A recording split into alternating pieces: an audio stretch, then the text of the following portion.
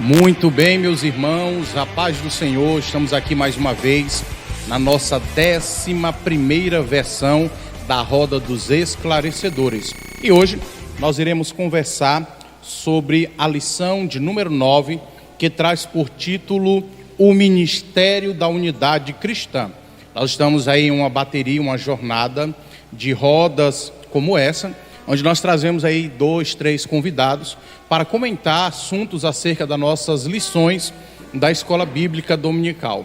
Nessas versões que temos realizado através dessas lives, nós temos encontrado aí muitas pessoas que têm comentado acerca da edificação espiritual. E você que nos assiste aí, vai logo compartilhando, convidando os familiares, os amigos, para juntos participarem conosco aqui dessa Roda dos Esclarecedores. E vamos interagir, porque o nosso objetivo maior é justamente levar essa lição até você, até sua casa, você que está impedido de participar da Escola Bíblica Dominical. E hoje nós temos aqui 3 convidados. Eu vou fazer aqui somente a leitura do texto áureo e da verdade prática de nossa lição, e depois eu passo logo a bola para a galera aqui se apresentar e vocês conhecerem os nossos ilustres participantes dessa roda hoje. Estou mais uma vez feliz, estou vendo aqui a Josilene juntamente conosco, abrilhantando esta roda, né? Um requinte feminino.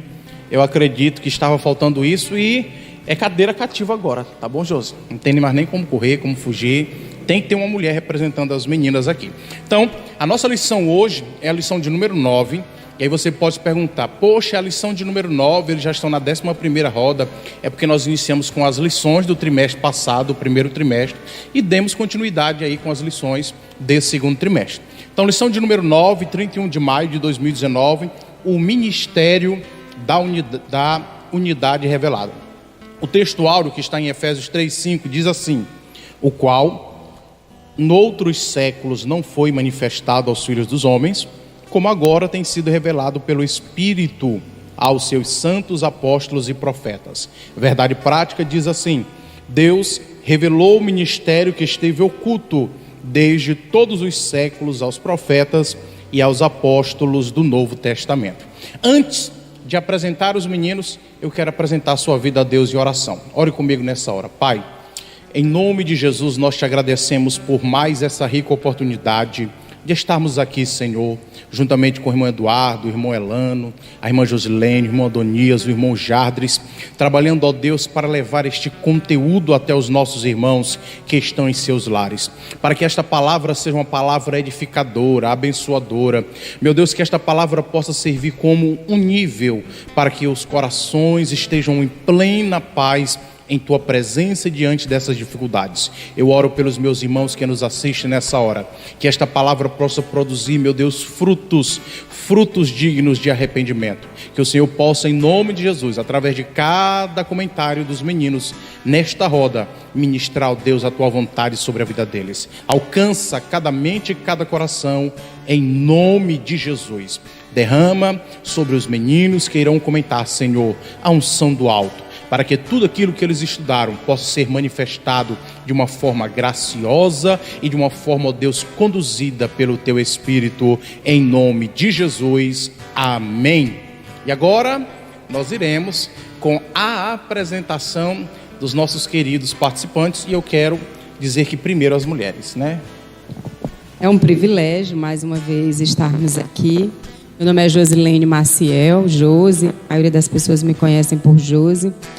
É um prazer estarmos aqui em mais um domingo para falarmos acerca dos mistérios de Deus, acerca da obra de Deus, do mistério revelado do Senhor para as nossas vidas. E eu queria começar a minha fala, a minha apresentação, lendo uma frase que eu gosto muito do C.S. Lewis, que faz referência também a esse momento de pandemia que nós estamos vivendo.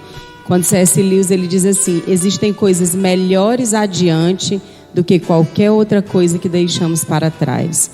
Então eu creio que nós estamos vivendo momentos difíceis, mas eu creio que o que nos aguarda adiante será muito melhor do que tudo que nós deixamos para trás. E a Josilene já entrando, citando nada mais, nada menos que C.S. Lewis. Vocês dois se preparem para a apresentação, porque a apresentação dela já foi top das galáxias. Misericórdia. Eu sou Adonias Carvalho. Era mistério, não é mais. Era, né? Paz do Senhor, meus irmãos. Sou Jardres. O mistério revelado é a Igreja de Cristo. As frases estão pesadas, Mas mesmo assim, a Josilene ainda ganhou citando C.S. Lewis. Esse ela apelou para o argumento da autoridade. Aí quem cita Clemens Stephen Lewis aí é diferenciado. E nós já vamos iniciar mergulhando de tainha, como diria meus amigos lá do Maranhão, na nossa lição. E eu quero iniciar abordando juntamente com os meninos sobre o nosso tópico de número 1, quando fala, o título da nossa lição de hoje é o mistério da unidade revelada. O mistério da unidade revelada. Então, eu queria que os meninos, dentro dessa temática, fizessem aí uma abordagem introdutória. Que mistério é esse? Que unidade é essa? Foi revelado para quem? Como? E o que pode ser entendido por esse mistério? Eu quero falar só ministério. Por esse mistério revelado. Então, queria que os meninos fizessem uma abordagem introdutória, mesmo que ampla, genérica, né? Sobre o que é esse mistério revelado, que o tema logo traz de cara, e às vezes a pessoa do manto já vai ser, mais um mistério revelado, né? Então, bora lá, o que vocês entendem por isso? Bom, eu não sou muito do manto, né? Mas deixa eu tentar explicar aqui, em rápidas palavras, o que a gente entende, né? A priori, né, eu vou começar falando de todo o pensamento que está por trás disso, né? Porque é uma forma de encarar, é uma forma de pensamento a respeito dessas verdades. Então, o Paulo, os demais apóstolos do Novo Testamento, eles receberam a revelação desse mistério oculto por meio de Cristo. E aí a gente vai precisar fazer algumas definições, primeiro do que é mistério, como era que isso estava oculto, né? Porque a gente vai precisar compreender essa ideia de mistério, que está presente, só para você que está em casa entenda, nós estamos tratando da carta de Paulo aos Efésios, no capítulo 3, e especificamente hoje nós vamos estudar o texto do 1 ao 13. É importante que você acompanhe, porque nós não vamos fazer essa leitura aqui sequencial, mas nós vamos fazer referência a ela. Então, se você está com a sua revista, é preciso que você entenda, porque essa expressão mistério ela é utilizada tanto no verso 3 como no verso 4. E esse mistério que esteve oculto no Antigo Testamento e foi revelado no Novo. Como é que é isso? Né? E aí a gente precisa entender que esse mistério ele foi pré-estabelecido por Deus desde a eternidade. Então, antes de mais nada, a gente precisa fazer referência a essa palavra mistério. O que significa isso? Que palavra é essa? Eu não quero ficar recorrendo aqui aos originais, o texto original, mas eu quero trazer talvez aqui o pensamento do original. Originalmente essa palavra ela tem um sentido na Escritura, e ela está por mais de 20 e poucas vezes, 27 vezes mais ou menos registrado só no Novo Testamento, e boa parte disso fazendo referência a textos do apóstolo Paulo. Ela tem uma ideia de segredo, doutrina secreta, verdade que era oculta e passou a ser conhecida. Isso é a ideia nos escritos do Paulo. Só que nos demais escritos do Novo Testamento não é exatamente isso. A literatura judaica e os famosos escritos de Qurã, né? Qurã, que é aquela comunidade lá que a gente entrou em contato a partir dos manuscritos do Mar Morto, né? Então isso revolucionou talvez o entendimento de muitas verdades que estavam sedimentadas anteriormente. Com esses escritos a gente teve uma luz para muita coisa. Por isso que nós temos inclusive a nova perspectiva em Paulo, chamada NPP, que a gente já discutiu aqui rapidamente, um bate-papo, né? Mas o que acontece? Dentro dessa literatura judaica e dessa comunidade de Qurã, a ideia de mistério estava relacionada a algo escatológico, a algo que seria revelado no final. Paulo não pensa desse modo. Paulo pensa em algo que será revelado agora, aqui e para o bem de todos. É isso que ele fala, inclusive, escrevendo a Timóteo. Então, uma verdade que estava encoberta, que foi revelada para o bem de todos. Então, eu penso que parte desse mistério todo está exatamente descrito no verso 1 do capítulo 3, quando Paulo diz assim, por esta causa, eu, Paulo, sou prisioneiro de Jesus Cristo por vós, os gentios. O que Paulo está dizendo aqui? Parece que surgiu do nada essa frase, mas não. Ele estava dizendo assim, olha, eu estou preso por causa de um episódio que aconteceu com vocês, gentios. Eu comecei a pregar uma mensagem que não é uma mensagem universalista, que todos serão alcançados e pronto, mas uma mensagem que todo aquele que crê pode ser parte da comunidade, pode ser parte do povo, e isso inclui os gentios. Então Paulo tinha esse pensamento, que o plano da salvação estava incluindo aqueles que não eram judeus de nascimento, os gentios, como nós chamamos. E aí ainda é importante dizer o seguinte: toda essa pregação de Paulo incomodou a comunidade judaica, de modo que eles criaram artifícios para a primeira prisão de Paulo, que Paulo está aqui dizendo que é preso. Ele está na sua primeira prisão, que é os 2 anos que ele passou em prisão domiciliar em Roma, e ele foi preso. Criaram alguns motivos para isso, mas categoricamente o motivo real era porque ele estava pregando uma mensagem que incluía os gentios, e isso incomodava, apesar do povo ter esse sentimento. Nós vamos falar isso mais à frente. Paulo estava anunciando exatamente esse mistério. E o que mistério era esse, para resumir?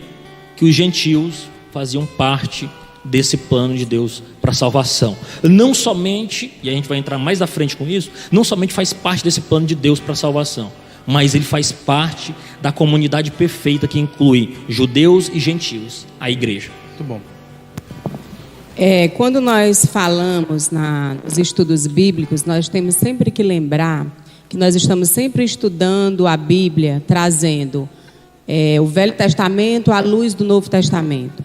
Quando Adonias fala da origem da palavra, é interessante quando nós recorremos ao original e vemos que no Velho Testamento essa palavra, esse vocábulo, ele não aparece.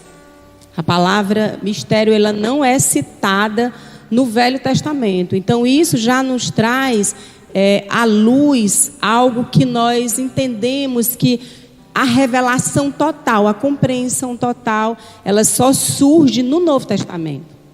Quando essa palavra é escrita no Novo Testamento, ela é escrita no grego koiné, que no original significa comum. Era uma linguagem bem acessível a todos. Então, qual é o objetivo maior da Bíblia? Qual é o objetivo maior dos escritos? É nós entendermos que Cristo é o centro de tudo.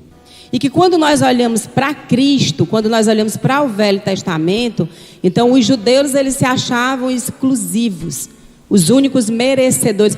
Muito embora, quando as promessas foram feitas a Abraão, lá em Gênesis, já havia referência de que todas as nações seriam abençoadas, que essa bênção do Senhor, ela se estenderia a todos os povos. Mas quando nós olhamos para esse mistério, o mistério maior é nós entendermos que nós estamos incluídos na grande promessa que os judeus acreditavam pertencer apenas a eles. E é isso nós já discorremos numa lição anterior, falando sobre o exclusivismo. Então é muito interessante nós entendermos que o objetivo maior de Paulo aqui é dizer que ele é preso, quando ele diz: olha, eu sou prisioneiro por causa dos gentios, para que nós entendamos esse mistério, que o Senhor nos igualou na promessa, que o Senhor estendeu para nós o mesmo direito dessa herança de Jacó, de Abraão. E isso incomodava demais os judeus, né? Por isso que ele diz: eu estou preso por causa do que eu estou pregando, né? Eu até coloquei aqui uma casualidade, causa e efeito, né? Por exemplo, se Paulo não tivesse anunciado o mistério revelado, ele não estaria preso. Mas os efésios não poderiam ter ouvido o evangelho e convertido suas vidas a Cristo, né? Então, é muito interessante quando nós falamos: e esse mistério, que mistério é esse? O Senhor igualou gentios e judeus nesse mistério. Que mistério é esse? A igreja. E o que é a igreja? É nós recebermos essa promessa juntamente com os gentios. É interessante quando você vai buscar uma genealogia. Se você pegar desde Abraão, nós fazemos parte de uma genealogia única. Não existiu um Abraão judeu, um Abraão gentil, né? Então, se você for partir desse princípio, quando Deus vai lá, tira Abraão de Ur dos caldeus e diz: olha, em ti farei bendita todas as nações. Ele quis, digamos, dar um spoiler, né? Fazer um spoiler e dizer assim: olha, se aqueles que irão contigo, eu vos abençoarei. Porém, aqueles que te amaldiçoarem, eu os renegarei. Entre aspas, essa negação que a gente pode citar aqui, ela tem um contexto em que você pode trazer uma situação em que muito daquelas populações no Antigo Testamento, daqueles povos, eles eram distantes dos caminhos de Deus, eles adoravam outros deuses, ou seja, eles estavam fora da visão do Evangelho naquela época. Só que aqueles que se chegavam a ter essa promessa, Deus os acolhia. Você pode citar várias situações, eu vou citar uma mais casual que a gente conhece muito, que no caso é Raabe, né? Raabe, que foi a bisavó de Davi, que era uma cananeia, que não conhecia a genealogia por se distanciar ali da situação do cenário geopolítico, né? Ali em Jericó, e acabou aceitando. Deus fez a promessa que iria salvar ela e a família dela por causa dos espias, e numa situação ela acabou se tornando genealogia da promessa de Cristo. E aí, irmão Jades, você já entra para algo que nos provoca questionamento, nos provoca pensamento, que é esse mistério revelado. Ele foi dado ser conhecido no Antigo Testamento? O que vocês dizem? Sim. No Antigo Testamento, como é que ele foi conhecido? Através de quem? Como? Com quais exemplos nós podemos dar do Antigo Testamento desse mistério revelado? Eu acredito que esse mistério, esse segredo, ele foi prenunciado, né? Ele foi prenunciado, só que os profetas, eles não sabiam explicar como de fato se daria uma universalidade, né? Que esse é o propósito do mistério. Em Cristo houve-se uma universalidade de toda a população, em que era isso que Paulo estava tentando explicar aqui, olha, através de Cristo nós agora vamos se tornar um, pela morte de Cristo na cruz, que agora todas as barreiras estão caídas, tudo. Então acredito que os profetas, por ele não ter essa capacidade, eles sabiam, acredito eu que eles sabiam que através da promessa existiria essa universalidade, através de um algo a mais iria existir essa universalidade, porém eles não sabiam de fato como explicar que isso iria se acontecer, se era messiânico, quem que vinha, quem é que ia romper essa barreira entre essa barreira cultural, essa barreira política, em que você se tornaria um povo desde a genealogia de Abraão, que, como eu afirmei, não existia um Abraão judeu, ou melhor dizer, não existia um Adão judeu e um Adão gentil. Existiu um Adão e uma Eva, e que através dele toda a raça humana descendeu. É interessante. Primeiras mulheres. Deuteronômio 29 diz assim: as coisas encobertas pertencem ao Senhor nosso Deus, porém as reveladas pertencem a nós. Então, você que está em casa, existem muitas pessoas que elas começam a se afastar do propósito de Deus, porque elas começam a querer saber mistérios que não nos competem. Nós sabemos que existem mistérios na Bíblia que eles pertencem ao Senhor, mas aquilo que foi revelado por Deus nos pertence. E aí onde nós devemos fincar as nossas estacas, e aí onde nós devemos embasar a nossa fé. Uma frase que eu gosto muito do pastor Arnaldo Betti, ele diz assim: onde a Bíblia não tem voz, nós também não devemos ter ouvidos. Então, aquilo que a Bíblia não fala, eu não preciso saber. Porque lá no passado, quando nós já citamos, ou já citou um versículo, eu citei outro, quando essas promessas elas foram reveladas a Abraão, a Moisés, a Josué, nós já estávamos incluídos. Só que isso não estava tão explícito, tão revelado, tão desmistificado quanto veio através de Paulo. E aí Paulo diz assim: olha, o que me foi revelado pelo Espírito Santo. E é esse ponto que nós vamos tratar daqui a pouco. Não vou me alongar nesse, Muito bem. Não é carne, nesse né? ponto aqui. Não é o mérito humano, não é a foi, capacidade humana que revelou essa universalidade, né? Então, o que nós observamos aqui é o que a Bíblia mostrou. Por exemplo, existe um mistério ainda que não nos foi revelado acerca do anticristo. Nós sabemos que haverá uma grande influência do anticristo sobre a população, sobre todos aqueles que estiverem no período em que ele começar a atuar. Nós já sabemos disso. Agora, nós não sabemos como será. Ainda não nos foi revelado. Então, isso aconteceu no Velho Testamento. Eles já sabiam que todas as nações seriam abençoadas. Agora, desmistificado quanto foi revelado, quanto foi a Paulo, somente no Novo Testamento. Eu penso que, na realidade, a posição de Paulo na história, ela era uma posição particular, né? Hoje nós estamos olhando baseado naquilo que foi fundamentado pelos profetas do Antigo Testamento, pelos apóstolos, pelos profetas do Novo Testamento, por 2000 anos de cristianismo, pela história da igreja. Então, o nosso olhar de agora é um olhar mais seguro do que já aconteceu. Paulo olhou de uma posição em que já tinha acontecido essa inclusão pela obra de Cristo, né? O pessoal que estava antes de tudo isso tinham apenas vislumbre do que Deus poderia fazer, como já foi dito por vocês. Ou seja, Deus já tinha interesse de abençoar todas as nações da terra em Abraão.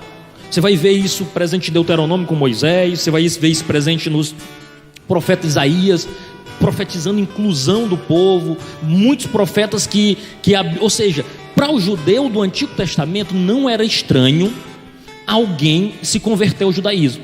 Eles tinham inclusive os prosélitos, né? Eles faziam um proselitismo que era de alcançar pessoas para se converter à fé judaica. Nunca foi um problema para eles isso. Agora, qual era o problema deles?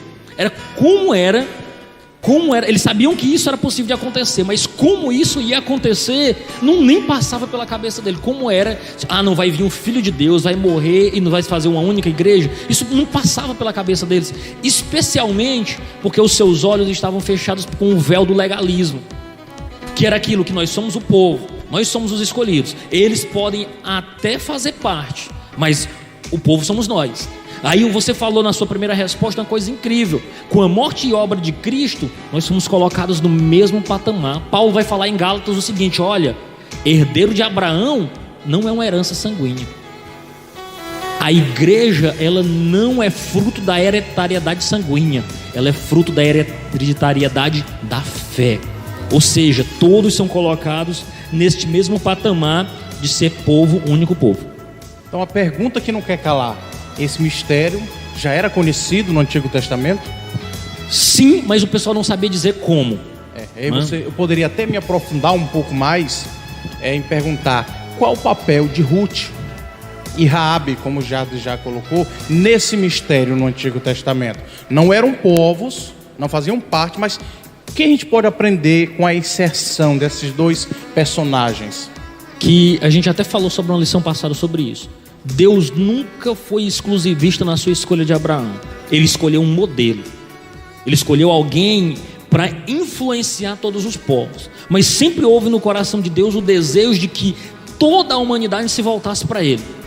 Como é que Ele fez isso? Operando na vida de um povo. A ideia de Deus era a seguinte: o povo vai ver o quanto que eu abençoo esse pessoal e vai desejar me conhecer a partir da fidelidade deles a mim e da minha fidelidade para com eles. Só que nesse relacionamento aconteceu algo que às vezes acontece aqui com a gente. Somos espirituais, nós somos exclusivos, nós temos a circuncisão, nós temos o Deus. Eles não têm nada e nós temos tudo. Nós somos os bons, eles são os ruins e pronto. E aí eu poderia fazer só um comentário, que esse estágio desse processo, ele funcionou como a escolha de Deus, a conquista de uma terra, o pecado de um povo, o cativeiro de um povo e a libertação de um povo. A gente poderia resumir essa história no Antigo Testamento nesses 5 pontos, né?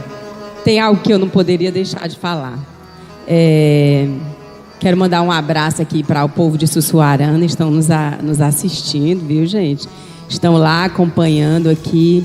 E ontem uma irmã me perguntava, né, falando sobre cerca de uma pessoa da comunidade, ela perguntava para mim se Deus alcançaria pessoas como essa, né? Se Deus queria, né? E eu sou muito apaixonada pela história de Ruth, porque Orfa, ela poderia ter ido com Noemi, ela poderia ter escolhido também, ela era nora tanto quanto Ruth, mas o desejo que Ruth tinha no seu coração é: onde tu estiveres, ali eu estarei. O teu Deus será o meu Deus. Deus está buscando isso. Raabe era uma prostituta, mas dentro do coração dela: eu vou proteger esse povo por causa do Deus deles. O Deus deles tem poder. E aí nós poderíamos citar outros exemplos, né? Por exemplo, aquele pessoal que estava ali com Jonas no barco. Rapaz, esse teu Deus é um Deus poderoso. Eles adoraram o nosso Deus ali naquele momento, que eles reconheceram o senhorio de Deus sobre o mar. Então, quando você que está em casa, o Senhor alcança a todos. Não importa se é um bebum, não importa se é um drogado, não importa se é uma prostituta, se é alguém que passou a sua vida inteira cometendo graves delitos, mas o Senhor, Ele quer ser achado por nós. Um ponto que eu acho maravilhoso nessa lição é o Senhor desejar ser achado por nós. Isso é muito lindo. O Senhor, Ele já está aqui, mas Ele quer ser achado por nós. Ele quer que nós, no momento da nossa vida que nós ouçamos a palavra, e nós vamos falar daqui a pouco sobre o papel da igreja, no momento em que nós anunciamos essa palavra, nós não devemos nos cansar de dizer que o Senhor, Ele quer ser achado por todos, porque a sua promessa ela já foi estendida desde o Velho Testamento. Jesus Cristo já morreu na cruz por todos, mas o Senhor quer que nós reconheçamos isso e que nós nos voltemos para Ele, para que nós recebamos essa promessa.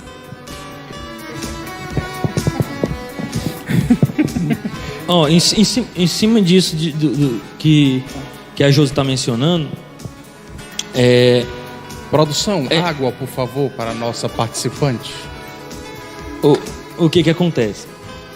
É interessante a gente falar sobre isso, que esse mistério revelado, e eu gosto exatamente dos termos que Paulo usa, né? Paulo é fantástico na sua escrita. Eu sou um apreciador da escrita de Paulo, porque ele é um reconhecedor, ele entende o peso da sua chamada, ele entende a responsabilidade da sua chamada, ao mesmo tempo que ele muitas vezes confronta e diz: olha, eu fui chamado e eu não recebi isso de homem algum, eu não recebi o conhecimento de homem algum, e eu não fui enviado por homem algum.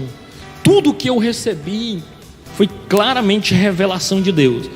A coisa que eu acho mais linda é quando ele diz lá, né, sobre revelação. Ele fala exatamente o texto que a gente usa para a ceia, né, 1 Coríntios 11 e 23, porque o que eu recebi do Senhor, eu também vos entreguei.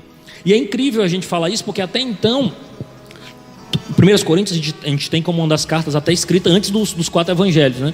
Ele tem uma temporalidade anterior, né? Cronologicamente elas teriam sido escritas primeiro. Então Paulo já sedimentou o procedimento da ceia antes daquilo que foi relatado pelos apóstolos, que aconteceu através de Cristo Jesus. E aqui não é diferente. Ele declara que esse mistério revelado para ele não é uma obra de uma reflexão filosófica. Não foi alguém que foi para um mosteiro, fez um retiro espiritual e voltou de lá através de racionalização do intelecto e chegou à conclusão de que era essa ideia de Deus juntar esses dois povos. E aí nós já entramos na terceira questão, né? Exato. Qual é o papel do Espírito Santo nesse processo de revelação? Porque o único que tem autoridade para revelar um mistério oculto em Deus é o Espírito Santo. Então, qual é o papel do Espírito Santo nesse processo? Revelar as verdades eternas e inspirar todo o povo de Deus. Aleluia. Nós conversávamos cedo, eu, missionária Mariazinha e pastor Mota e Kennedy, sobre esse ponto. Nós fomos levantados por Deus, Paulo e todos os nossos antepassados foram levantados por Deus para estarem sendo canal de bênção nessa terra. Mas quem convence é o Espírito Santo. Jesus Cristo, quando ele andava ali com os discípulos no caminho de Emaús, os discípulos eles estavam tão envolvidos com a sua dor. Existem pessoas nesse momento que estão em casa, estão tão preocupados e tão envolvidos com os seus problemas e com a sua própria dor, que eles estão como aqueles discípulos no caminho de Emaús. Eles não conseguem lembrar de que tudo isso já havia sido anunciado. Jesus Cristo já disse: no mundo tereis aflições. Olha, quando vierem pestes, quando vierem problemas sem solução, é o anúncio de que o fim está próximo. E aí, quando nós estamos vivenciando esse contexto, nós só vemos as pessoas como os discípulos no caminho de Emaús. Rapaz, e agora? Eu vou conjecturar um pouquinho. Vou largar tudo. Vou largar tudo. Rapaz, e agora? Por isso que tem gente aí se matando, meu Bora irmão. Tem beco. saído. Vamos pegar o beco, vamos desistir. Negócio de igreja, quando a gente começa a ler as estatísticas, muitas pessoas que estavam firmes, frequentando uma igreja, nesse momento agora se encontram como os discípulos no caminho de Emaús. Não há mais esperança. Não há mais esperança para nós, não é? Então, quando Jesus parte o pão, aí eles, meu Deus, olha, Jesus, no partir do pão, irmãos, por isso que é importante a comunhão. O partir do pão, ele faz referência à comunhão. Então o Espírito Santo, ele vem com essa função de convencimento. Nós pregamos, nós falamos, Jesus Cristo anunciou, a palavra já foi revelada. Você tem sua Bíblia online, em todos os seus smartphones, computadores, você tem a física, mas o Espírito Santo, ele está aqui para lhe convencer. Era exatamente disso que Jesus fala quando ele vai ascender os céus, né? E ele virá o Consolador e ele vos fará lembrar as palavras que eu vos disse, né? Então, muitas vezes a gente se pega em momentos de aflição e de repente vem uma palavra de consolo e a gente pensa, não, é porque o meu intelecto é fascinante, eu me lembrei. Não, o Espírito Santo nos faz lembrar, o Espírito Santo nos convence, ele nos aponta. Como eu estava dizendo, isso não é fruto, todo esse conhecimento de Paulo, voltando um pouquinho para aqui, para exatamente o que a gente está falando, que esse mistério revelado da união, ou seja, da formação da igreja a partir de um povo gentil com um povo judeu, é uma revelação que não foi obra de pensamento humano, mas Deus entregou ao apóstolo Paulo através do seu Espírito. O Espírito Santo levou Paulo. Olha, pense comigo, Paulo, um judeu praticante, fariseu, que sobressaía-se na frente de todos os da sua idade, tinha o conhecimento da Torá, das leis dos profetas, de tudo, mas assim, isso não fazia sentido para ele, total que ele estava perseguindo a igreja. Mas de repente, naquele encontro que ele tem com Jesus Cristo no caminho de Damasco, passa 3 dias sem visão, o homem sai dali transformado do ponto de vista intelectual, ou seja, ele teve satisfação intelectual em entender todo o plano de Deus naquele processo, e caminhando com Deus, cada coisa nova ia sendo revelada, porque a caminhada do cristão é uma caminhada de revelação, né? Às vezes a gente quer tratar teologia, Deus, muito pelo campo natural, simplesmente interpretando, mas nós sabemos que tem um papel de revelação, de coisas que Deus dá no íntimo, no oculto, coisas que a gente até costuma dizer, quem lembra de pregar, na realidade quem prega sistematicamente, né? Tipo assim, elabora um sermão, às vezes a gente elabora um sermão, orando, pedindo graça a Deus, construindo um sermão e tem às vezes tudo na mente do que você vai dizer. Mas tem coisas que na hora que você está pregando ali, acontecem algumas conexões que você não pensou na hora que você elaborou. E aí, até a gente já falou alguma coisa, é coisa que Deus dá na hora. Deus simplesmente faz uma conexão. Ora, a gente sabe que quem fala ao vivo, quem dá aula, quem tem essa expressão, improvisar não é uma coisa muito saudável para se fazer na frente de um público, né? Então, ali não é um improviso, é graça de Deus. Deus dá umas conexões, Deus dá algo que é fruto do Espírito Santo de Deus revelando ao homem, né? É interessante que nós precisamos, né, lembrar, Dionísio, quando você pontua essa questão da revelação do Espírito Santo. Eu já vi também muitas pessoas, claro, negligenciando, aí dizendo, não, na hora o Espírito Santo me revela. Deus quer que nós gastemos tempo. Exatamente. Nós todos aqui gastamos um tempo estudando, mas tudo que nós estamos falando aqui não foi algo pontuado que nós ensaiamos para falar, mas é o Espírito Santo, ele traz à nossa mente aquilo que nós já vivenciamos, que nós já compartilhamos, que nós conhecemos. Esse é o papel do Espírito Santo. Me faz lembrar aqui uma passagem no Novo Testamento, os Evangelhos. Chega uma situação onde Cristo está com alguns fariseus, né? E Cristo começa a falar, indagá-los, e aí eles ficam perplexos com as coisas que Cristo fala. E aí chega a situação em que ele diz assim: olha, o meu reino não é desse mundo, vocês são de baixo, eu sou de cima, né? O que ele quis dizer? O que ele quis tentar falar numa situação essa? É que existem situações, existem coisas que só o Espírito Santo consegue te discernir, né? Se você pegar um contexto, um cenário político e cultural, né, em que os judeus estavam inseridos, humanamente falando, você, né, eu posso interpretar desse jeito que eu, como sendo detentor de uma situação dessa, aonde eu vou sofrer, né? É mais do que claro, nós podemos fazer uma conjectura aqui. Como que é que se daria, né? Posso até perguntar pro Adonias, pro José aqui, pra Josilene, como é que se daria uma situação em que você passou anos e anos trabalhando por aquilo, você foi designado a trabalhar, você foi colocado nessa tarefa, você é o protetor, os outros passam anos e anos, outras pessoas, eles não estão nem aí para aquela situação, para aquele trabalho, e aí chega um belo momento e diz assim: olha, Adonias, valeu aí, agora eu vou entrar. Como é que se daria uma situação como essa? A primeira coisa que a gente reagiria seria o quê? Injustiça. Injustiça. Mas é exatamente o que você está mencionando, faz alusão àquela parábola do reino, né? Que Jesus sai, conjecturando aqui, eu não lembro exatamente os horários ditos na parábola. 7 horas da manhã, só, vai trabalhar na minha seara, que eu vou te dar um denário, vou transformar em dinheiro aqui, vou te dar uma diária, 100 conto, 100 reais, você vai trabalhar o dia todinho, tá bom, Josilene? 7 horas da manhã. A Josilene ficou feliz demais, estava sem emprego, né? Estava na rua, disse: não, 100 conto, uma diária dessa é boa demais, moço. Aí a Josilene foi trabalhar, e tome trabalhando, na enxada lá, capinando e tal. Encontra-se o José, 10 horas da manhã, Zé, vai lá, ó, 100 conto. Na realidade, aí, foi indo, né? Foi indo. Contratam um meio-dia, 3 horas da tarde e 5 horas da tarde. Encerrava 6, cara. 6 horas da tarde ela encontrou, disse: não, você está sem trabalho? Vai lá trabalhar, tá bom? Beleza. Quando encerra a diária, todo mundo faz uma filazinha para receber o seu salário, né? O combinado. E aí o pagador, o patrão, começa pelos que chegaram por último. Olha o negócio, né? Tipo assim: rapaz, eu cheguei primeiro, estou aqui desde 7 horas da manhã, ainda vou receber por último. Mas criou-se uma expectativa. Começou pagando o Jardim. Jardim chegou 5 horas da tarde. Digo: Jardim, ó, 100 conto para você. Rapaz, a Josilene que começou 7, se 5 horas. Aí você já faz o cálculo de comparação. Porque infelizmente a nossa felicidade, a impressão que a gente tem, ela é fruto de comparação, né? Você estava feliz zona da vida porque ia ganhar 100 reais por um dia de trabalho justo. Mas quando você viu o cara que trabalhou só 1 hora ganhando 100, você disse: vou ganhar 1.000.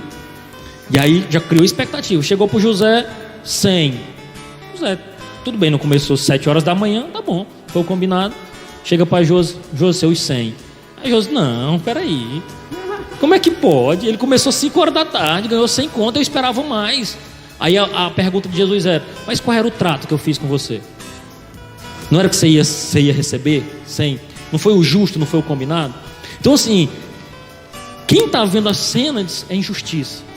Mas a gente que olha com os olhos hoje de grandes interpretações, inclusive do próprio Espírito Santo, a gente olha e diz: isso é graça, é favor imerecido, né? Não é o quanto que você trabalhou, não é o quanto que você fez, a obra não é meritória, os méritos são de Cristo Jesus. E isso eu falo, e a gente precisa fazer essa distinção, para salvação. Nós não estamos falando nada de trabalho de igreja.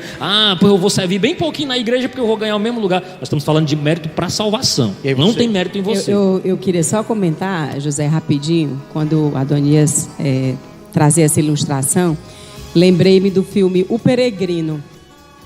Quem nunca assistiu O Peregrino, é um filme que nós sugerimos, né? É um filme muito impactante, assim, bem ilustrativo.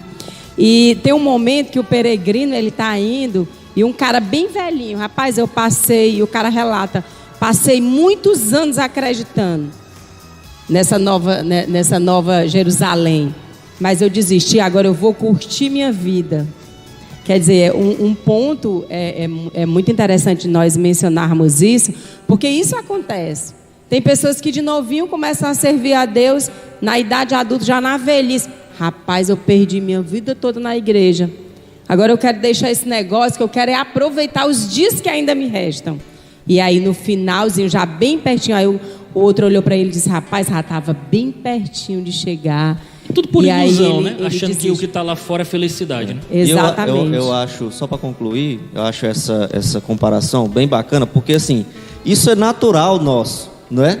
Você passar anos e anos trabalhando, fazendo a obra de Deus e chegar um momento em que você vê, poxa, olha aquele cara ali, entrou agora, já está muito mais abençoado do que eu, e eu estou aqui 20 anos trabalhando na obra e não tenho nada, entendeu?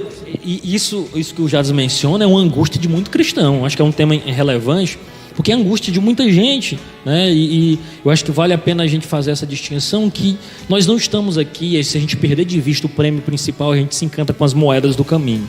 O ponto de vista principal é a coroa eterna, né? E aí entra no que nós vamos conversar agora, que é justamente a pessoa que está há 20 anos e olha para o que tem somente um ano e diz, poxa, ele está mais abençoado que eu, não entendeu qual é o seu papel no anúncio da dádiva desse mistério revelado. Então qual é, né, já entrando, e vocês podem mergulhar nesse tema, qual é o papel da igreja no que diz respeito ao anúncio da dádiva desse mistério revelado? A igreja tem entendido o seu papel sobre isso? Eu quero, não vou falar agora, mas eu quero citar logo minha frase, que já que a Josi citou C.S. Lewis, eu quero citar Stanley Lee. Ui. Quem conhece Stanley Lee sabe do tio Ben, de O Homem-Aranha, que ele diz, com grandes poderes vem grandes responsabilidades. Você está roubando minha frase da Escola Bíblica Dominical. Mas eu vou citar o Stanley Lee. Não dá para competir, né? Mas criou o universo Marvel, mas não dá para competir com C.S. Lewis, não. Mas era só isso, aí depois aqui eu falo. Gente, a Elisângela Mendes, que está aí no Facebook, nós comentamos aqui sobre isso, e ela fala que essa é a falsa felicidade. Exatamente, é uma falsa felicidade, não é? Na verdade, Satanás, ele trabalha muito em cima disso.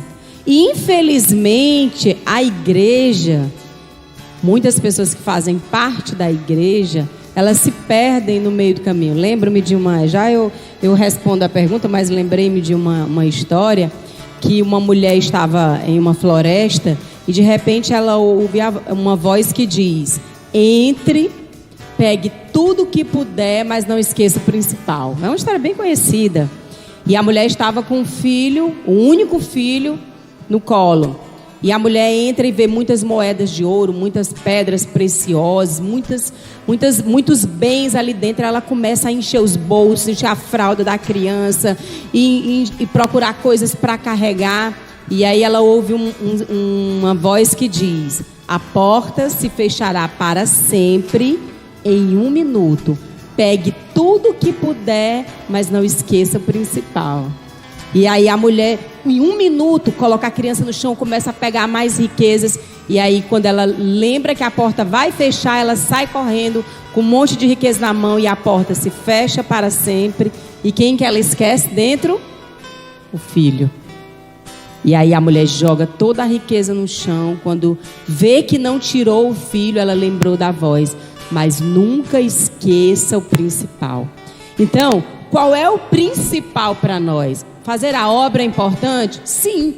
Aproveitar o que o mundo tem aqui, por exemplo, comidas gostosas, alguns lugares legais que você pode conhecer. Isso tudo é muito bacana, não há errado, não há nada de errado em aproveitar tudo isso. Mas a igreja do Senhor nunca pode esquecer o principal, que é morar no céu. É o nosso principal. Josi, só em cima dessa reflexão que a Josi está fazendo, os irmãos que nos acompanham sabem que a gente faz uma pós-graduação. Essa semana foi uma semana muito... Doutorado. Foi muito corrida, né? Eu escrevendo muito texto, corrigindo muito texto, discutindo com minha orientadora algumas coisas, ela brigando por umas coisas, eu respondendo por outras. Então, aquele processo de orientação que é comum para quem faz uma pós-graduação.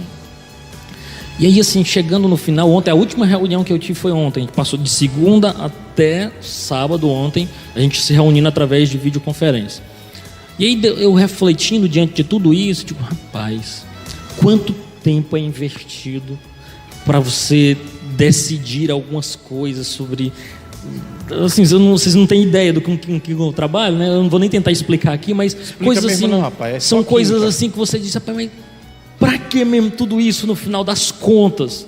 Você tá entendendo? Aí eu lembro Daqui de a uma- pouco a Foi isso que porta eu me vai se indaguei fechar, há um né, certo Dondão? tempo, né? Foi isso que eu me tipo indaguei há um certo tempo. e você, Pra que ter um conhecimento? eu não estou menosprezando aqui a pós-graduação, mas eu me lembro de uma vez, o Bruno, que foi meu líder de jovens, Bruno Maranhão, né, inclusive lá de Imperatriz, a família dele é uma família bem representativa na igreja de Imperatriz, ele foi meu líder de jovens. E aí um dia a gente foi chamado para uma comemoração da conclusão do doutorado de um amigo nosso. E aí esse amigo simpatizante do evangelho, já tinha sido evangélico e tal, né, semi-gospel, como a gente costuma dizer. Aí ele pediu para o Bruno orar. E o Bruno disse, olha, eu quero te dizer uma coisa antes. Esse teu título que tu está recebendo não vale de coisa nenhuma para o âmbito espiritual. É muito bom para a sua vida acadêmica, é um mérito seu, é fruto Vida do seu financeira. trabalho, para as suas finanças é bom, mas eu quero lhe dizer que a sua vida não pode se resumir a isso. Você tem um aspecto espiritual a ser colocado. E aí, tudo isso que a gente está falando, parece que a gente está fugindo um pouquinho da resposta, mas não. A primeira coisa que a gente precisa entender é que a responsabilidade de divulgação desse papel entra para a instituição, mas entra para o indivíduo. É uma responsabilidade da igreja.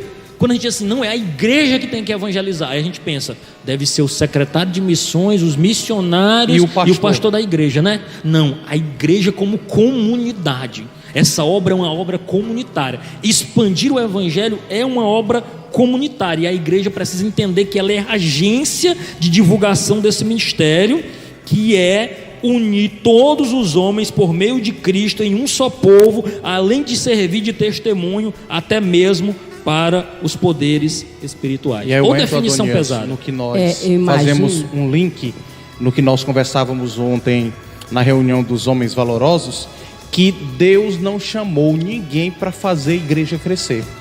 Quando nós olhamos o Novo Testamento, ninguém falava, a igreja vamos ganhar. cresceu, a igreja... Não, o crescimento do evangelho. Olha, o evangelho cresceu em tal região. Então, às vezes nós, nessa responsabilidade desse mistério revelado para ser anunciado, nós pensamos que é aumentar o número de pessoas, construir locais para colocar essas pessoas, quando na realidade tudo isso é uma mera consequência. Quando eu prego a palavra, faço o evangelho crescer. O lema da CRU, que a gente também participa, tem um núcleo da CRU aqui, que é um movimento estudantil, a gente costuma dizer o seguinte: é compartilhar o evangelho no poder do Espírito Santo, deixando os resultados com Deus. Oh, que coisa incrível! É você compartilhar o evangelho, diz, ó, Jesus salva, Jesus cura, Jesus transforma vidas e tal, e vai compartilhando, e Deus com o seu Espírito vai convencendo o homem, e os resultados são dele, para a glória do nome dele, e a obra vai crescendo. Então a igreja precisa, eu tenho dito essa frase repetidas vezes, nós precisamos ter uma reforma da nossa cristologia, para então nós reformarmos a nossa eclesiologia. Se nós entendermos quem Cristo é e o quanto que Ele é poderoso, nós não nos preocuparíamos com números, mas em adorá-lo e partilhar a sua verdade. E partilhando a sua verdade, a igreja vai crescendo. A igreja em todos os lugares, não significa que a nossa denominação vai crescer. De repente Deus nos quer apenas com 100 pessoas para cuidar até a volta dele. Sim, Né? sim.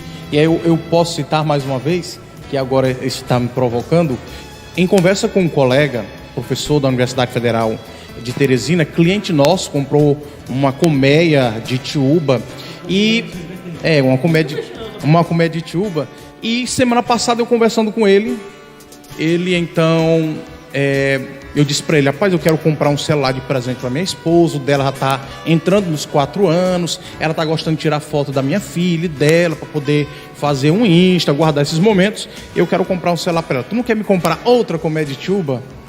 disse, professor, não posso, estou com uma reforma, as parcelas e tal. Justificou isso num dia. No outro dia ele manda um áudio de quase 12 minutos. E aí nesse áudio ele começa a dar sinais de que eu deveria entrar com a palavra do Evangelho. Porque até então meu relacionamento com ele era comercial e acadêmico. E aí ele diz assim, professor, eu tenho quase 12 anos de casado com minha esposa. Temos nosso filho agora que está entrando nos 3 anos, mas eu não me lembro qual foi a última vez que eu dei um presente para ela. Eu até acho que isso é natural, sabe? O filho nasce, o pai vai se doar, acaba esquecendo um pouco, relacionamento conjugal, tal. E quando ele disse aquilo, aí eu, eita, Espírito Santo, é agora. E eu falei, não é natural, botei a exclamação. E aí falei, o filho é fruto do amor do pai e da mãe. E a melhor forma de você demonstrar que ama o seu filho é amando a mãe dele. Aí ele botou assim, aí eu entendi, né? Arri é, que ele queria colocar. Que lapada. E aí então, eu disse, rapaz, me desculpe e tal. Não, professor, precisava ouvir. Ele ainda não professa a fé que nós professamos. E aí foi um ponto de contato onde eu cheguei para ele e disse, eu vou mandar para ti um resumo de um livro por nome As 5 Linguagens do Amor. E aí eu já criei um outro contato através de uma orientação do Espírito, através do que nós entendemos o que é o Evangelho, justamente para quê? Para que ele entenda o que é essa dinâmica do reino. Deus não nos chamou para salvar pessoas, porque essa obra é dele. Paulo plantou, Apolo regou, mas quem deu o crescimento?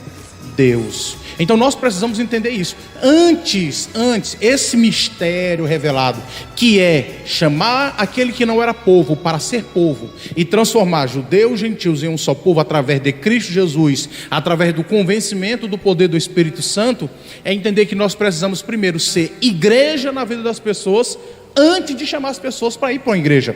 O que é o resumo da ópera do evangelicalismo brasileiro? Porque o Adonis falou uma palavra bonita, eu vou falar outra, tá? Qual é o resumo desse evangelicalismo brasileiro? É que se eu quero compartilhar a fé com alguém, eu chamo ele para ir para um culto à noite. Quando na realidade primeiro eu preciso ser esse culto à noite na vida da pessoa. Primeiro eu preciso viver este evangelho no poder do Espírito Santo, para que a pessoa olhe para a minha vida assim, poxa, ele falou uma coisa que me confrontou. Ele me falou uma coisa, ou ele fez algo na minha vida que me confrontou. Relacionamentos. É isso que nós estamos vendo no grupo que a gente está tendo. Homens valorosos. E nós cremos que no poder de Deus, não a nossa estratégia, mas através de relacionamentos, sim, Deus vai nos dar um exército de homens que amam se relacionar e mudam a sociedade, começando com a sua casa, né? Amando a sua esposa, amando os seus filhos de verdade, se relacionando, sendo bênção na vida da igreja, bênção na vida da família. E é esse o nosso pensamento. Estamos começando devagarzinho, mas cremos no que Deus pode fazer muitas coisas. Eu lembro que há mais ou menos 2 anos atrás eu ganhei de presente do Adonias um livro chamado A Treliça e a Videira. E esse livro marcou minha vida, porque tem um marido de uma amiga minha, inclusive gosto muito deles, e ele diz o seguinte, que as pessoas, elas querem levar as outras para a sua igreja. Elas não querem ser amiga das pessoas. Elas querem conviver com a pessoa só para trazer a pessoa para a igreja. E nós observamos isso. Esse livro, ele fala que o relacionamento, ele é muito importante. Quando nós falamos sobre o papel da igreja, esse deve ser, eu lembro que eu achava que crente era tipo um ET. Eu não gostava nem dessa palavra crente. Porque os crentes que eu conhecia eram pessoas que me olhavam atravessado, tipo assim, se veste mal, vai para a igreja católica, né? Tem santo em casa. Então, como as pessoas me olhavam atravessado, e quando se referiam a mim, já falavam do inferno, então eu já achava que não, que aquelas pessoas... Convivendo com as pessoas ali em Sussuarana, eu observo que elas querem saber como que somos nós no dia a dia. Como é que a gente come, o que a gente come, o que a gente faz, o que a gente costuma conversar quando se encontra. Eu lembro agora, Josi, você fala uma coisa e eu gosto muito, às vezes, nesse momento de conversa, de testemunhar. Como nós estamos em uma roda, dificilmente uma pregação eu testemunho alguma coisa. Mas eu lembro-me de um senhor ali no bairro Germano, que eu passei 8 meses comprando din-din na casa dele, esperando um convite para entrar na casa dele. Ele nunca me tinha me convidado. 8 meses, religiosamente, toda semana eu passava lá. me dá um din-din, me dá aí 5 reais de din-din, fulano tal, me dá aí. E eu já chamava ele e a esposa de irmãos. Irmão fulano, me dá din-din. 8 meses. Quando passamos por um momento delicado do nascimento da nossa filha, Nicole, a irmã Ronário teve problemas. E retornando de Teresina, minha mãe veio para cuidar do resguardo da minha esposa, Ronária. Nós retornando de Teresina, nós almoçamos na casa do Maninho da Sueli, fizeram o almoço. Aí eu voltei e disse, mãe, eu vou comprar um din-din de abacate, sei que a senhora gosta de coco. E aí passei lá e disse, ei, irmão fulano, me dei 10 reais de din-din. E aí ele disse assim, pois tá bom, já vai. A esposa dele grita lá de fora, seu fulano, é o pastor, é? Porque todo mundo que dirige igreja pensa que é pastor. E aí ele disse, pô, diga pra ele, parabéns, que eu quero ter uma prosa com ele. Aí eu parei e disse, olha, que dia que o senhor pode vir aqui em minha casa? Era uma quarta-feira. Eu disse, quinta ou sexta eu posso vir. Pois venha que eu quero ter uma conversa muito séria com o senhor. Aí eu disse, vale, senhor, tá bom. Mas era a oportunidade para eu entrar na casa. Fui para casa, pensei sobre isso, orei sobre isso. Quando foi na quinta, sexta, eu não lembro o dia certo que eu fui. Quando eu cheguei lá, ela só disse assim, olha, nós lhe chamamos aqui porque nós estamos passando um momento muito difícil. O nosso filho está passando por algumas dificuldades, alguns problemas, mas nós lhe chamamos aqui porque nós queremos ser crente lá da igreja onde você está dirigindo, você é pastor. Aí eu fiquei assim impactado, né? Disse, não, pois tudo bem, vamos orar, vou orar por vocês. E nós começamos um trabalho de discipulado dentro do lar deles, por nome na época Missão no Lar. Fizemos vários encontros às quintas-noites, estudando a Bíblia. E algumas coisas que eram ainda aparatos, utensílios de uma velha prática, teve um dado momento que eu fui rodeando e ela parou. Irmão Zé Carvalho, você está falando disso? Se preocupe não. Na outra semana, quando você ver, não vai ter mais nada aqui. Ou seja, a Deus. Um relacionamento. Mas foi também, relacionamento. Meu amigo, foi muito dinheiro em din-din, foi muito tempo comprando din-din para ele me convidar a entrar. Ninguém vai abrir o coração para você compartilhar o evangelho se ele não confiar em você. Relacionamentos requerem preço. E isso não E o dinheiro às vezes é o mínimo, não é, irmão? Isso não é, que deixe bem claro para os irmãos, que isso não é uma forma de captação de pessoas, né? Não é. Entendeu? Isso é uma forma em que exemplo, você... né? Foi algo que funcionou e é pontual, assim, Que às vezes quando a gente trata uma situação, quando você olha, e a irmã Josi já citou muito bem sobre isso, né? Que quando você chama uma pessoa para vir assistir um culto, ouvir uma palavra, aquela pessoa talvez já até pré-entende que você quer captar ela para ela vir ser um membro da igreja. Mas não é isso, o evangelho não é isso. O evangelho não é quatro paredes, né? O evangelho é experiência e intimidade de vida. É você chegar para uma pessoa e dizer assim, olha, você é meu irmão, não de sangue, mas por um elo que nos une, não é? E aí entra, irmão Jatos, olha, eu estou segurando isso aqui na minha mão, porque aqui em Piripiri, se você consegue ver, isso aqui é uma mini carteira feita a cor e a mão. Ele, um dia eu num culto, pregando à noite, e aí na metade do culto ele levantou e disse, olha, irmãos, tá aqui que eu quero dar de presente para você, essa carteirinha, só eu e ele aqui em Piripiri tem, nesse modelo aqui, ó. Fabricado à própria mão. Na mão. Então, e dentro tem uma outra parte que tem minhas iniciais, JC, José Carvalho. Então, assim, isso é uma demonstração de que quando ele estava na casa dele, ele pensou, lembrou. Então, é um fruto de um relacionamento. Onde eu encontro ele, eu não vou citar o nome, né? Mas eu encontro ele, eu abraço, eu converso. E até hoje eu guardo essa carteirinha que já tem mais de 4 anos. Mas eu quero citar um nome. Deus. Eu quero citar o nome da irmã Rosa Viana. Essa mulher, ela começou a frequentar a nossa casa num período em que meu irmão estava num estado de saúde bem grave, né? E eu lembro que eu nunca parava para ouvir nenhum crente, até pela forma como eles me olhavam, né? E eu lembro-me que essa mulher, ela começou a falar de Jesus de uma forma tão doce, tão mansa. E engraçado, irmãos, mesmo eu sendo uma pessoa esclarecida, eu era catequista, eu era alguém que era assídua na igreja católica, mas eu, dentro de mim, por as pessoas me olharem atravessado, eu ficava pensando que o Deus dos crentes, que muita gente pensa dessa forma, o Deus dos crentes, ele não quer pessoas como eu. E engraçado que eu não vivia em práticas, eu não bebia, não fumava, não usava droga, não vivia me prostituindo, mas pela forma como as pessoas me olhavam, essas pessoas que eu conheci, que não tinham sabedoria, eu me sentia dessa forma. E aquela mulher, ela um dia olhou para mim e disse: minha filha, você aceita estudar a Bíblia comigo?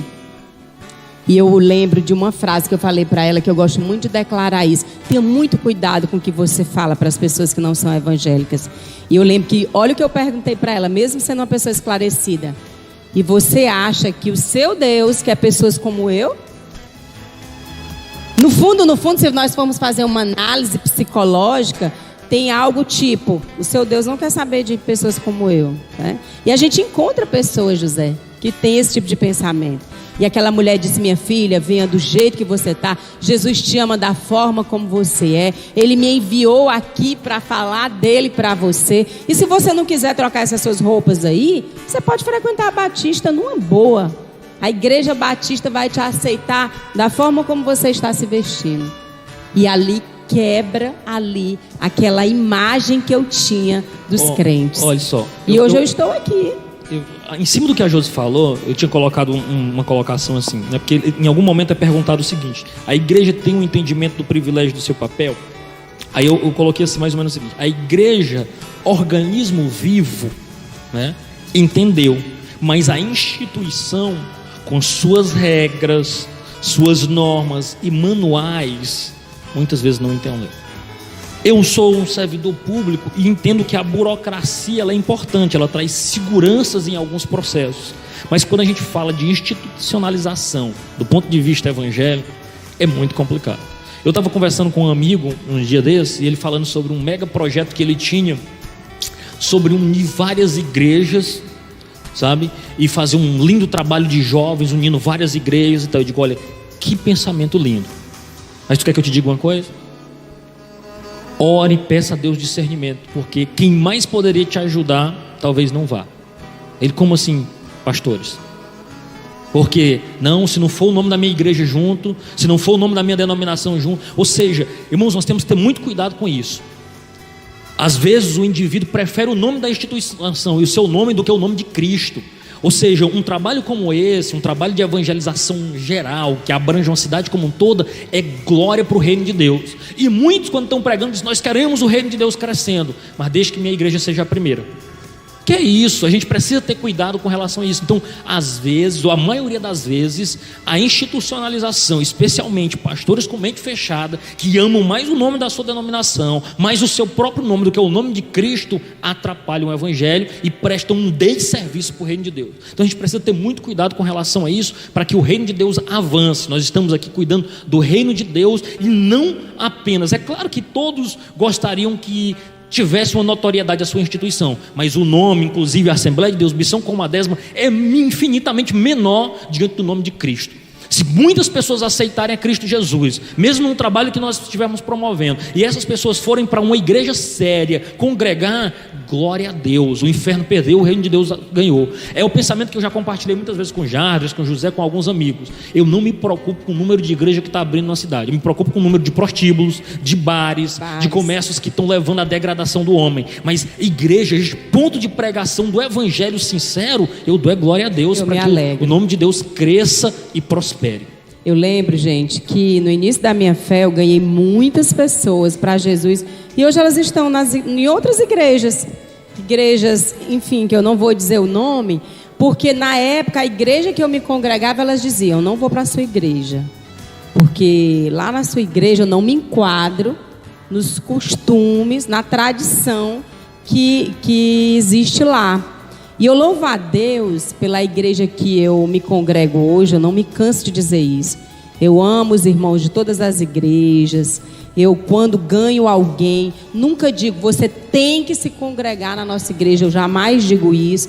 Eu sempre gosto de dizer: escolha uma igreja séria. Se você quiser se congregar conosco, ficaremos muito felizes em recebê-lo. Mas escolha uma igreja séria. Sempre foi esse o meu discurso. É tanto que tem pessoas que eu ganhei que estão em outras igrejas. Eu sou muito feliz porque elas realmente estão firmes lá. Mas eu sempre digo: quando a igreja, ela lhe impõe padrões, tradicionais, eu não vou falar padrões bíblicos, porque os bíblicos sim, nós devemos cumpri-los, mas padrões tradicionais de uso e costumes, por exemplo, ela perde, é um desserviço, porque ela deixa de ganhar pessoas que estariam firmes, atuantes, ativas, com a mente aberta por algo que está impedindo. Mas eu louvo a Deus porque nós abrimos a nossa mente para isso e nós entendemos que o Evangelho é, acima de tudo, um exemplo. E aí, rapidamente, só, eu penso que hoje eu estou gostando. Eu acho que esse é o clima da roda, é um falando mesmo por cima do outro, não é? Ei, eu falo. Eu só não tô gostando dessa tua barbicha aí, que eu disse ontem que era para tu tirar, cortar o cabelo, vou te amarrar hoje e eu levo lá. Mas o que acontece? A gente não pode perder a perspectiva do seguinte: muitas vezes nós queremos que antes que a pessoa tenha uma transformação interior, que ela já transforme o seu exterior. Então isso é muito perigoso. Nós estamos falando aqui, é claro que nós entendemos que cada denominação tem o seu aspecto histórico. Por exemplo, nós somos uma Assembleia de Deus e ela tem um arcabouço histórico, ou seja, ela tem pilares construídos por muitos homens sinceros, mulheres sinceras, que dentro daquela sua faixa de tempo criam daquele modo, achavam que aquilo é importante, e algumas coisas a decência ela é muito importante. É claro que a gente sabe que houve extrapolações, um ponto aqui, outro acolá, mas o cerne da doutrina, por exemplo, a Assembleia de Ana, não é só os usos e costumes. Nós temos uma riqueza doutrinária no aspecto pentecostal, que muitas vezes não é divulgado porque nós nos ligamos a aspectos menores. Nós estamos aqui dizendo que você que é assembleano deve abandonar toda a sua tradição nesse aspecto. Mas quando isso é mais importante, ou seja, quando o tamanho não vou nem dizer o tamanho, mas um tipo de roupa, ou quando o tamanho da roupa é importante, é bom que a gente fale, né? Não, pois é, por isso eu digo assim, eu não digo nem isso, eu digo assim, o tipo de roupa, se é de um tipo ou de outro, o tamanho do cabelo, se faz isso ou se faz aquilo, se usa isso ou se usa aquilo outro, é mais importante do que uma caminhada com Deus, porque infelizmente a gente conhece pessoas que priorizam isso e deixam aquelas coisas que são importantes, os aspectos espirituais, uma vida transformada. Nós vamos ser medidos, irmãos, não é pelo tamanho daquilo que nós apresentamos exteriormente, mas o nosso caráter ele é muito importante. O que eu quero dizer no final das contas é que tão importante como a roupa certa, o corte certo de cabelo, a tradição ser obedecida, é que a palavra de Deus também seja cumprida. Não são excludentes. Fazemos aqui um arremate para irmos para o nosso último ponto. Eu cito o pastor Antônio Gilberto, quando em vida ele sempre dizia: uma boa doutrina gera um bom costume. Bons costumes não gera boa doutrina, gera legalismo. E se você quiser saber algo mais sobre legalismo, vai lá no nosso canal do YouTube. Temos exposição da Epístola de Paulo aos Gálatas e tratamos sobre isso. Me fala a memória, Adonias pregou uma das mensagens falando sobre isso. Em uma mensagem eu preguei, mas foi bem pequenininho. Acho que dos meninos que abordaram o tema, Adonias foi quem mais falou sobre o legalismo. Boa doutrina gera um bom costume. Bons costumes não geram boa doutrina. E vamos para o último tópico, que é... Deixa eu só fazer referência aqui ao que o irmão Eduardo Lourenço está comentando aqui no nosso Facebook. Ele falando sobre o que o Adonias falou, sobre o trabalho de jovens. Eu também concordo com o irmão Eduardo. É possível, sim. Nós sabemos que a vaidade, que a soberba, que a questão financeira, ela ilude muitos pastores, infelizmente, algo que nós não podemos negar, não é? Muitos pastores estão preocupados muito mais em levar o nome da sua igreja, em cuidar como se fosse um cercado, que ele coloca a ovelha não pode participar de outra programação, não pode ir visitar outra igreja, porque senão ele vai perder aquela ovelha. Então, em nome disso, dessa vaidade, desse egoísmo, abre-se mão de um propósito maior que a união. Eu acredito que nós pertencemos a uma nova geração. Eu sempre gosto de conversar com os meninos e eu gosto de dizer, eu creio que Deus nos levantou como um povo diferente para que nós venhamos a trazer um tempo novo, onde os jovens podem se unir, onde ninguém é propriedade de ninguém, porque nós somos propriedades de Cristo. Nós não somos propriedades de nenhum pastor. E eu creio que pessoas como nós, como pastor Mota, como nós que temos essa visão, elas foram levantadas por Deus para que essa união aconteça e para que um novo tempo ele comece a vir. Quando algumas pessoas criticam esse tipo de situação, eu digo, mas o que Deus fez quando te escolheu para servi-lo? Ele te escolheu para servi-lo porque Ele quer que você se levante para você trazer um novo tempo à luz, não é? Dessa nova mentalidade. Então, que sejamos nós. Eu desafio você que está em casa, irmão Eduardo Lourenço, que é uma pessoa cheia de ideias, e muitos outros pastores, a estarem fazendo esse trabalho. A quando os jovens o procurarem, diga: eu estou do seu lado, conte comigo. Eu lhe ajudo a fazer esse tipo de evento. Porque só assim, porque se nós formos olhar o pastor A, B e C que não apoia, e aí nós também ficarmos na defensiva, aí e nunca essa realidade irá mudar, perde, né? E aí eu vou para o último ponto. Eu gostaria que vocês fossem sucintos no último ponto. Nós já estamos aí quase que extrapolando o nosso limite pré-definido para o nosso momento. Então, já que o mistério é revelado, ele só veio ser plenamente revelado na nova aliança, em algum momento ele falhou, esse plano de Deus falhou para com a humanidade. Se essa revelação só foi plenamente na nova aliança, Deus, ou o plano de Deus para a humanidade, em algum momento fugiu do padrão, ou fugiu do controle. Então, rapidamente, e aí após a resposta, você já aproveita para fazer os agradecimentos de cada um. Posso finalizar? Então, irmãos, nunca fugiu do controle de Deus. Deus não se surpreendeu com o pecado de Adão. Deus não se surpreendeu com o coronavírus. Deus nunca se surpreenderá com nada. Porque na sua onisciência, Ele já sabe de tudo e tudo está no controle de Deus. Eu creio que você que está em casa, você tem que acreditar que a sua vida, ela está no controle de Deus. E Deus arquitetou tudo isso com um propósito maior. Eu creio que tudo isso foi arquitetado com Deus para que nós nos voltemos sabendo que Deus é que tem o controle de tudo. Lembro-me, eu tenho uma amiga que mora no Ceará e ela é ocupada demais, ela é uma prisioneira, né? Eu sempre gosto de dizer que ela é uma prisioneira de um paraíso, né? Ela mora em um paraíso e ela não pode sair de lá, o trabalho dela é lá, mas ela é prisioneira. E agora, se eu mandar a pandemia, ela está lá livre para ir para onde quiser, ela não tem mais essa prisão. Então Deus ele tem um controle de tudo. E eu quero dizer para você, muito obrigada por ficar conosco até agora. Já vou me despedir. Quero dizer que você é muito importante, que seja você, que sejamos nós, né? Marco nessa geração. O Senhor nos levantou para sermos igreja. E o papel da igreja é esse: é entender que o mistério já foi revelado e que o Senhor conta conosco para que nós estejamos agindo de forma ao nome do Senhor ser levado sem fronteira, sem nos atermos à questão de religião, de raça, de costume, mas o evangelho ele precisa ser alcançado a todos. E como eu comecei com C.S. Lewis, eu quero encerrar com a frase de C.S. Lewis que diz: todos nós desejamos o progresso, desejamos a mudança, mas se você está na estrada errada, o progresso significa fazer o retorno e voltar para a estrada certa. Nesse caso, o homem que volta atrás primeiro é o mais progressista. C.S. Lewis foi muito profundo quando ele disse isso. Todos nós buscamos progresso, buscamos melhorias. O cristianismo puro e simples, ele defende isso no livro, dizendo: olha, todo mundo está procurando, mas o progresso muitas vezes está na estrada errada.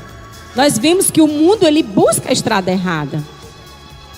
E progredir, quem reconhece: rapaz, eu estou na estrada errada, até aqui eu agi de maneira errada, até aqui eu só critiquei, até aqui eu estive defendendo os meus próprios interesses, mas agora eu quero reconhecer que o Senhor tem o controle de tudo, quero me colocar na mão dele para fazer a obra do Senhor, para me colocar à disposição do outro, e aí aquele que retorna primeiro para a estrada certa é o mais progressista. Que sejamos nós defensores dessa verdade. Muito bem. Certo, muito bem.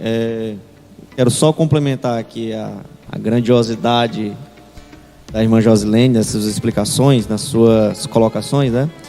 Deus nunca foi nunca foi pego despercebido, nunca será e jamais será, né? Ele é o início de tudo, Ele é o alfa e o ômega, né?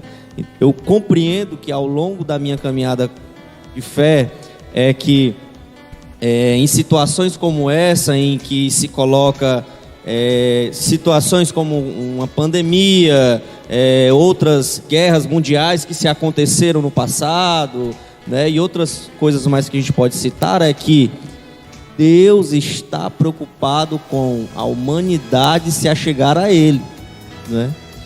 Eu acredito que eu parto pelo ponto que o ser humano com seu ego, e quando eu digo ser humano, eu quero me incluir nisso, né? Chega a determinadas situações em que, se não houver objetivos em se buscar a Deus, você altamente recua e deixa Ele de lado. Então, Deus está preocupado com o relacionamento, né? A partir do momento que o José, e ele citou isso muito ontem, né? A partir do momento que o José me liga e diz assim: cara, vim aqui para a gente almoçar aqui em casa. O que ele quer fazer com isso? Será que ele quer mostrar que a casa dele é bacana, né? Será que ele quer mostrar que a esposa dele faz um bom almoço? Não, ele quer trazer um relacionamento à tona, onde ele quer conversar com a gente, onde ele quer orar. Então, eu fiz essa comparação porque é assim que Deus quer que a gente se achegue a Ele. São situações em que você esquece do propósito divino, dessa universalidade que a gente citou hoje, e você vai deixando essa. E é por essa situação que Deus nos ama num amor incondicional, em que Ele traz essas situações para que isso socorra, né? E eu concluo aqui em dizer que, do jeito que você estiver, meu irmão, venha. Do jeito que você estiver, venha. O propósito do Evangelho não é aparência externa. O propósito do Evangelho é mudança de vida. Então, não sei do jeito que você está hoje, né? Mas eu quero dizer que, assim como talvez você está passando por alguma coisa, nós também já passamos. Eu também já estive lá fora. Eu sei, já experimentei algumas coisas, né, no passado, e eu sei como é que é. E eu sei que Deus está aqui prontamente para nos ouvir, prontamente para buscar um relacionamento, requerer um relacionamento. E eu digo para você que esse relacionamento só engrandece o nosso elo espiritual que nós temos com Deus. Então, que Deus te abençoe nessa manhã, né? Que Deus te abençoe a sua família.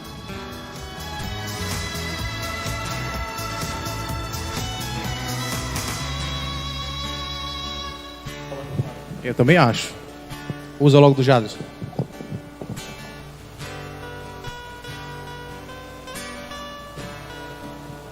Oi, som. A mídia me boicotou ali, mas não é possível. Apoiado. Porque eu tava falando muito, acho que os meninos cortaram. O que acontece?